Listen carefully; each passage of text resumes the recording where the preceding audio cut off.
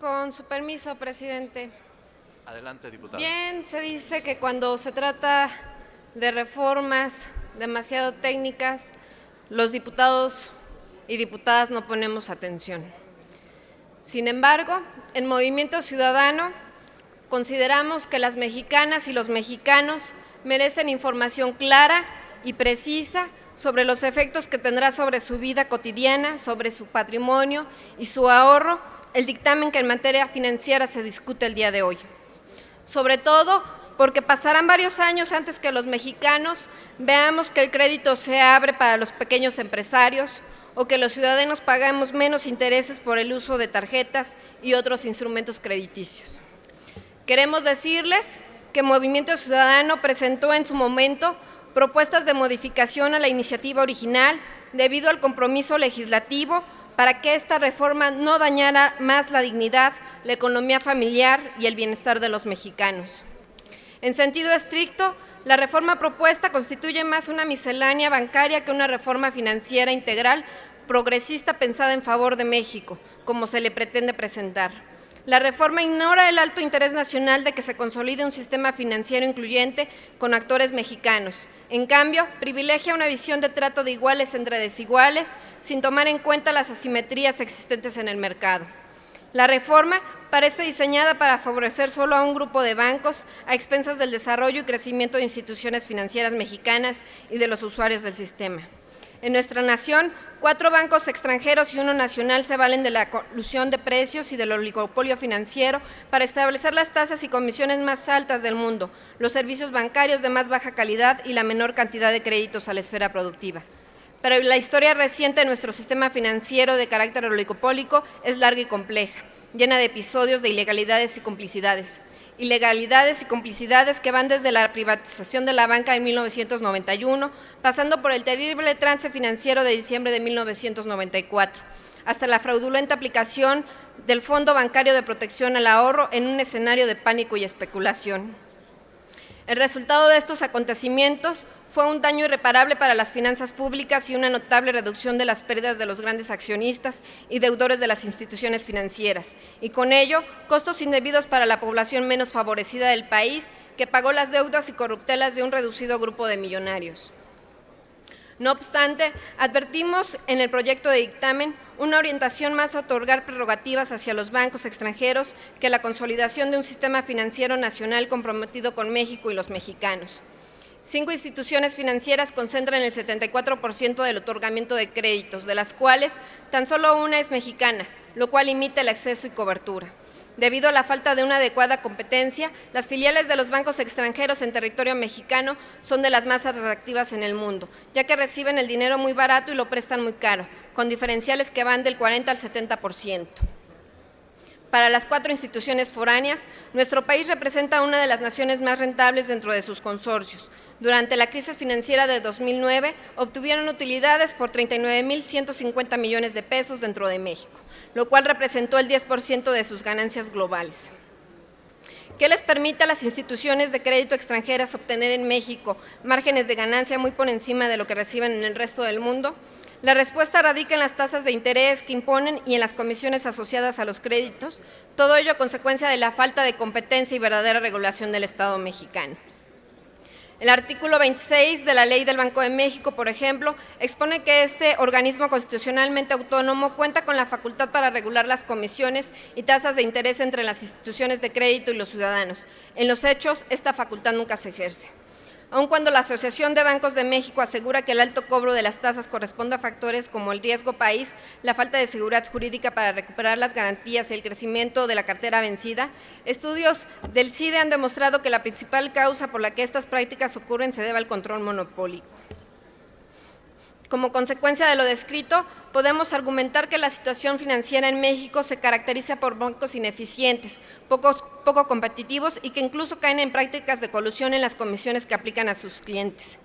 Pero las anteriores aseveraciones pueden corroborarse puntualmente hoy en la reforma que hay en la reforma, importantes que salta a la vista. La reforma financiera no está diseñada para fomentar la inclusión de las micro, pequeñas y medianas empresas.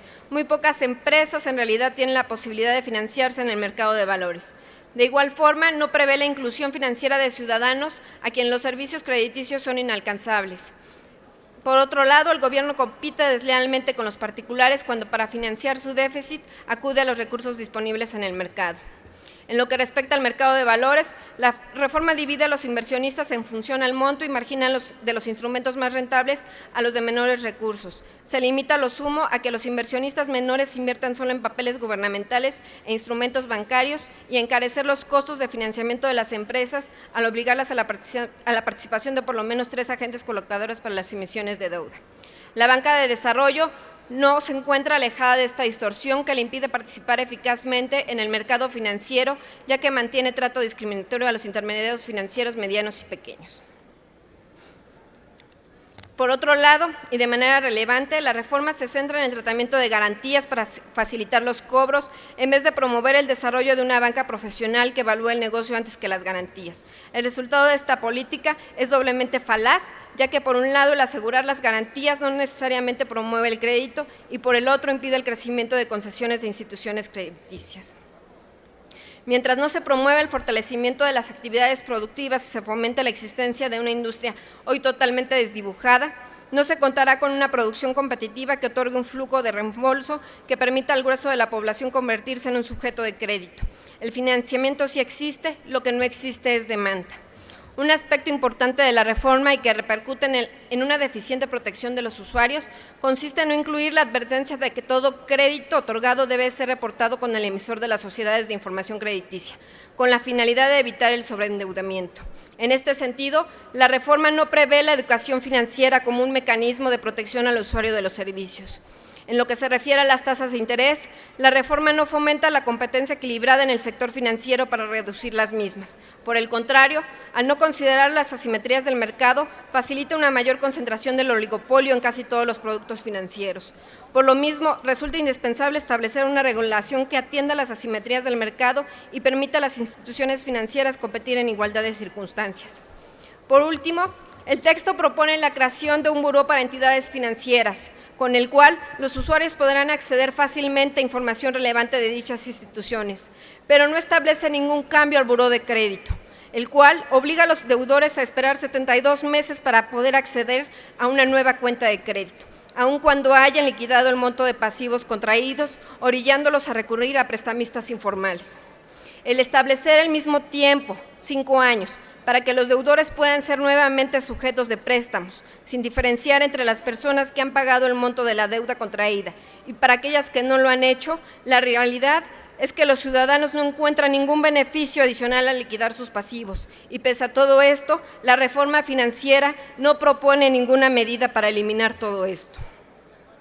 La reforma debió realizar cambios que permitieran equilibrar los derechos de las instituciones financieras con los derechos de los ciudadanos, regular la especulación bancaria y bursátil y apoyar a la clase media y de bajos ingresos que hoy tiene ante sí crédito caro y escaso. Se refuerzan figuras penales que garantizan a los bancos la recuperación del valor de crédito y, como ya se dijo aquí, un cambio en la denominación no cambia la evaluación a derechos humanos fundamentales consagrados en la Constitución. En Movimiento Ciudadano estamos convencidos que mientras no se regule a la banca mediante el gobierno, seguiremos en crisis. No se puede dejar al sector financiero a libre mercado. Es momento de repensar el modelo económico, solo así se podrán implementar acciones concretas que impulsen el desarrollo del país.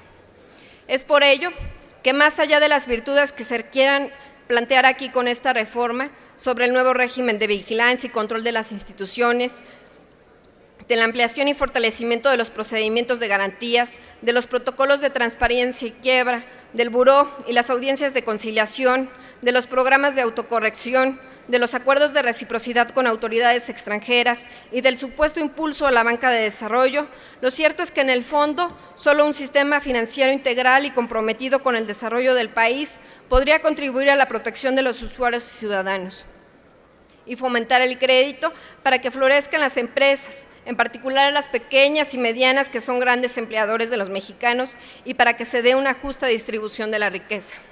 Y todo esto no puede corregirse por más que se quiera con el presente dictamen. Pensarlo así solo es una ilusión reconfortante. Con la aprobación de este dictamen se pondrá en peligro la prosperidad, los ahorros y el patrimonio de millones de mexicanos, por lo que está en juego el bienestar y futuro de México. Por eso el voto de Movimiento Ciudadano será en contra. Muchas gracias.